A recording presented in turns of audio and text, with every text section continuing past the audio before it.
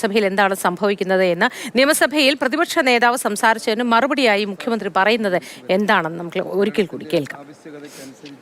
ഇവിടെ പ്രസ്താവിച്ച കാര്യത്തിൽ വ്യക്തമാക്കാനുള്ളത്, ഗവൺമെന്റിന് ഒരു ചോദ്യവും സാധാരണഗതിയിൽ മറുപടി നൽകുന്നതിന് പ്രയാസമുള്ള കാര്യമല്ല. ഗവൺമെന്റിന്റെ കയ്യിലുള്ള വിവരങ്ങൾ എല്ലാ കാലത്തും മറുപടിയായി നൽകാറുണ്ട്. അത് സ്റ്റാർഡ് ക്വസ്റ്റ്യനോ അൺസ്റ്റാർഡ് ക്വസ്റ്റ്യനോ എന്ന പ്രശ്നമില്ല. എല്ലാ ചോദ്യങ്ങൾക്കും വിശദമായി മറുപടി നൽകുന്ന രീതിയാണ് ഗവൺമെൻറ് സ്വീകരിക്കാറുള്ളത്. ചില ചോദ്യങ്ങൾക്ക് അപ്പോൾ മറുപടി നൽകാൻ കഴിഞ്ഞില്ലെങ്കിൽ പിന്നീട് വിവരങ്ങൾ ശേഖരിച്ച് നൽകാറുമുണ്ട്. കഴിയാവുന്നത്ര അതത് ഘട്ടത്തിൽ തന്നെ, അതത് സമയം തന്നെ, അതത് ദിവസം തന്നെ മറുപടി നൽകാനാണ് ഗവൺമെൻറ് എപ്പോഴും ശ്രദ്ധിക്കാറുള്ളത്. സർക്കാരിന് ഇത്തരം കാര്യങ്ങളിൽ ഒന്നും മറച്ചു വെക്കാനില്ല.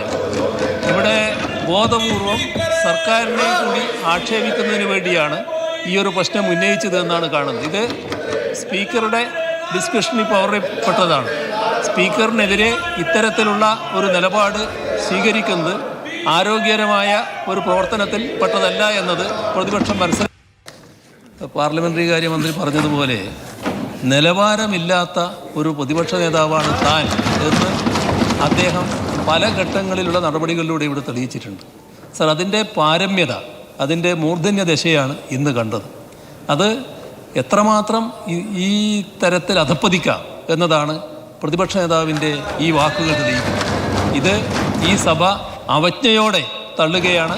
ഒരു തരത്തിലും അംഗീകരിക്കാൻ കഴിയുന്ന ഒന്നല്ല എന്നാണ് എനിക്ക് പറയാനുള്ളത്. പ്രശാന്ത് കൃഷ്ണ വിവരങ്ങളുമായി ചേരുന്നു. പ്രശാന്ത്, ഈ സഭാ TV കുറച്ച് കാലങ്ങളായി മാധ്യമങ്ങളെ ദൃശ്യങ്ങൾ എടുക്കാൻ അനുവദിക്കുന്നില്ല. പകരം സഭാ TV നൽകുന്ന ദൃശ്യങ്ങൾ മാത്രം ജനങ്ങളിലേക്ക് എത്തിക്കണമെന്നാണ്. ശരിക്കും സഭയിൽ നടക്കുന്നത് എന്താണ് എന്ന് കാണാനുള്ള പൊതുജനങ്ങളുടെ അവകാശ നിഷേധം കൂടിയാണത്. അതുകൊണ്ട് തന്നെ ഇന്ന് പ്രതിപക്ഷം നടത്തിയ സമരം, നടുത്തളത്തിൽ നടത്തിയ സമരം എത്രത്തോളം ആണ് എന്നത് പൊതുജനങ്ങൾക്ക് കാണാനേ കഴിഞ്ഞതുമില്ല. മാത്രമല്ല, ആ ഒച്ചയിലും ബഹളത്തിലും ഇടയിൽ ഇവരൊക്കെയും സംസാരിക്കുകയും ചെയ്യുന്നു. വിശദാംശങ്ങൾ പറയൂ പ്രശാന്ത്. മോദി പ്രതിപക്ഷം നിയമസഭയുടെ നടുത്തളത്തിലേക്ക് ഇറങ്ങി പ്ലക്കാർഡുകൾ ഉയർത്തി സ്പീക്കറുടെ ഡയസിൽ മുന്നിൽ വന്ന് പ്രതിഷേധം തുടങ്ങിയത് ആദ്യ മിനിറ്റിൽ തന്നെ ആ പ്രതിഷേധത്തിലേക്ക് കടന്നു.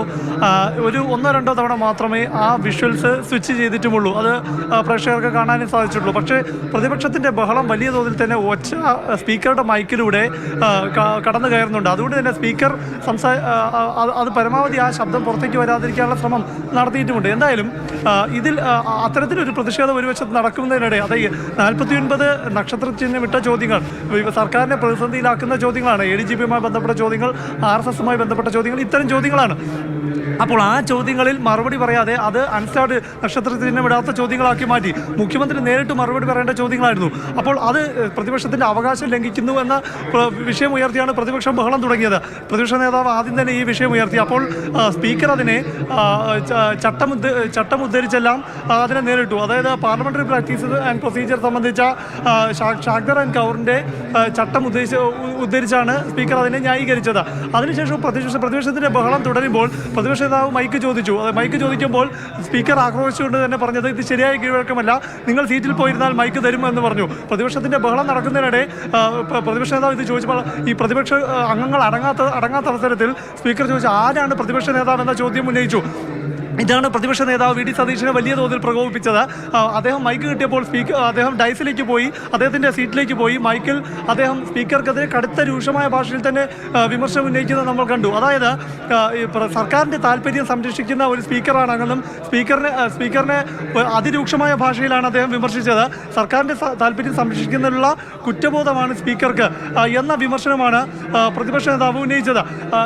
ഇതിനെതിരെ വലിയ പ്രതിഷേധം തന്നെ, അതായത് ഇതിനെതിരെ ആദ്യം ശക്തമായി സ്പീക്കർ മറുപടി പറഞ്ഞില്ല. പക്ഷേ ആദ്യം പാർലമെന്ററി കാര്യമന്ത്രി പ്രതിപക്ഷ നേതാവിൻ്റെ നിലവാരത്തെക്കുറിച്ച് ചോദ്യം ചെയ്തുകൊണ്ട് സഭയെ തന്നെ അവഹേളിക്കുന്ന തരത്തിൽ അത്തരത്തിലുള്ള കടുത്ത വിമർശനങ്ങളാണ് MP രാജേഷ് നടത്തിയത്. അതിനുശേഷം മുഖ്യമന്ത്രി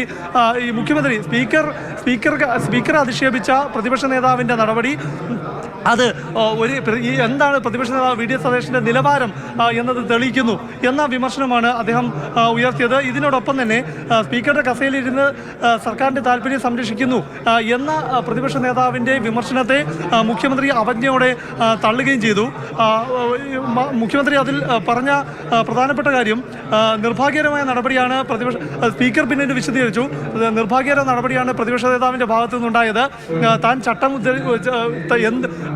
പ്രതിപക്ഷ അംഗങ്ങൾ അടങ്ങാത്തപ്പോൾ ആണ് താൻ ആരാണ് പ്രതിപക്ഷ നേതാവ് എന്ന ചോദ്യം ഉന്നയിച്ച് എന്ന മറുപടി പറഞ്ഞുകൊണ്ട് തന്നെ നിയമസഭാ സമ്മേളനം സംബന്ധിച്ച വിശദാംശങ്ങൾ നൽകിക്കൊണ്ടിരിക്കുന്നത്. സഭ തുടക്കം മുതൽ പ്രക്ഷുബ്ധമാണ്. നടുത്തളത്തിൽ ഇറങ്ങി പ്രതിപക്ഷ നേതാവിന്റെ നേതൃത്വത്തിൽ അംഗങ്ങൾ എല്ലാവരും പ്രതിഷേധ പ്രകടനമായി തന്നെ നീങ്ങി. പ്ലക്കാർഡുകൾ ഉയർത്തിപ്പിടിച്ചായിരുന്നു പ്രതിഷേധം. തുടർന്ന് അങ്ങോട്ടും ഇങ്ങോട്ടും സംസാരിക്കുകയായിരുന്നു. അതിനുള്ള മറുപടി MP രാജേഷ് സംസാരിച്ചു. തുടർന്ന് അത് ശരിവയ്ക്കുന്ന തരത്തിൽ മുഖ്യമന്ത്രിയും സംസാരിക്കുകയുണ്ടായി. ആ തരത്തിലാണ് സഭ പ്രക്ഷുബ്ധമായി മുന്നോട്ട് പോയിക്കൊണ്ടിരിക്കുന്നത്.